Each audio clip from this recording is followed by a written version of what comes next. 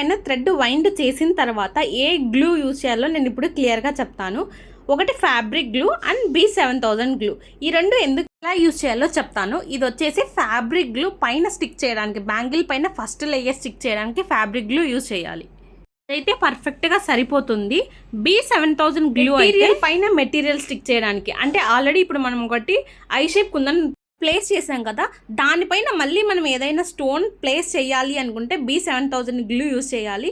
లేదంటే fabric glue అంతా fabric గ్లూనే use చేయాలి. అదే బెస్ట్గా ఉంటుంది.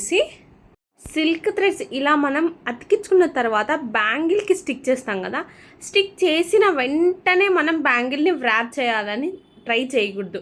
ఎందుకంటే గ్లూ అనేది మొత్తం డ్రై అయిపోవాలి. డ్రై అవ్వకపోతే అది చాలా డెలికేట్ ఉంటాయి థ్రెడ్స్, ఒకదానిపైన ఒకటి అతుక్కొని మళ్ళీ రావు. సో ఇలా కొంచెం సేపు డ్రై చేయాలి, 1 to 2 minutes మినిమం.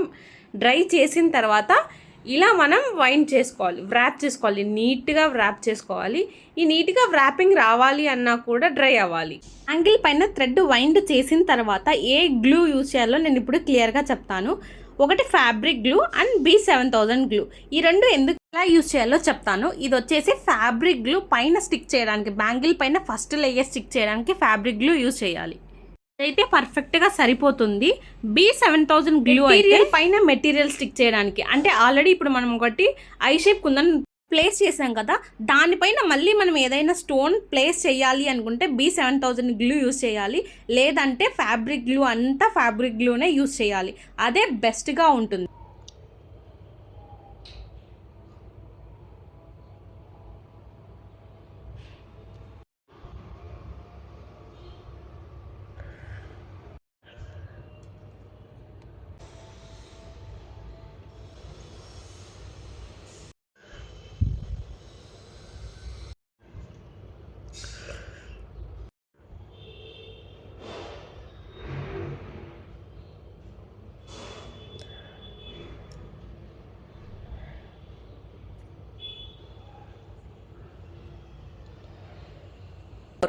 ఈ షార్ట్లో వచ్చేసి నేను ఒక టిప్ చూపిస్తాను.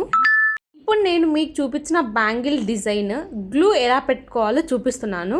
అలా ఫుల్గా మొత్తం రౌండ్ సర్కిల్గా డిజైన్ చేస్తున్నాం కదా అని మొత్తం గ్లూ అలా పెట్టేస్తే అది ఫుల్లీ రాంగ్ మెథడ్. అలా పెట్టేయకూడదు. ఇప్పుడు అదంతా మళ్ళీ వాష్ అవుట్ చేసి ఇప్పుడు మళ్ళీ నేను చూపిస్తున్నట్టు పెట్టండి. ఒకవేళ మీరు అలా పెడితే ఎక్కడైతే కుందన్ ప్లేస్ చేస్తున్నామో, ఎక్కడైతే మెటీరియల్ ప్లేస్ చేయాలి అనుకుంటామో పర్ఫెక్ట్గా అలాగే సేమ్ గ్లూతో పేస్ట్ చేసుకోవాలి. ఎలా పెట్టాలి అనుకుంటున్నామో గ్లూ కూడా సేమ్ అలాగే డిజైన్ లాగే మార్క్ చేయాలి, లేకపోతే ఊడిపోతాయి మధ్య మధ్యలో. సబ్స్క్రైబ్.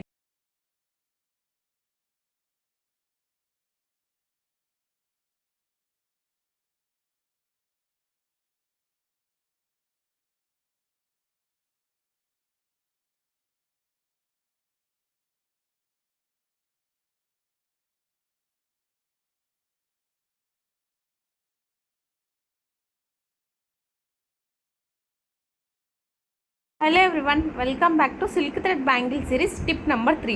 ఈ టిప్ నెంబర్ 3 ఏంటి అంటే, ఇప్పుడు మనం వ్రాప్ చేసేటప్పుడు బ్యాంగిల్కి థ్రెడ్స్ అన్ని స్ట్రైట్గా పట్టుకోవాలి. అండ్ ఒక థ్రెడ్ పైన ఒక థ్రెడ్ పడకుండా స్ట్రైట్గా ఒక దాని పక్కన ఒకటి పడాలి. ఇప్పుడు నేను చూపిస్తున్నట్టు స్ట్రైట్గా పట్టుకునేసి స్ట్రైట్గా ఉండాలన్నమాట, టైట్గా పట్టుకోవాలి. ఒకదానిపైన ఒకటి అసలు పడకూడదు, నీట్గా పక్కన పక్కన పెట్టుకుంటూ రావాలి.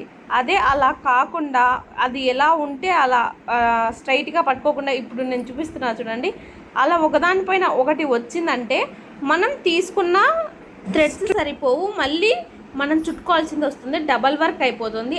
యాంగిల్ పైన చూడడానికి అప్ అండ్ డౌన్ కనపడుతుంది.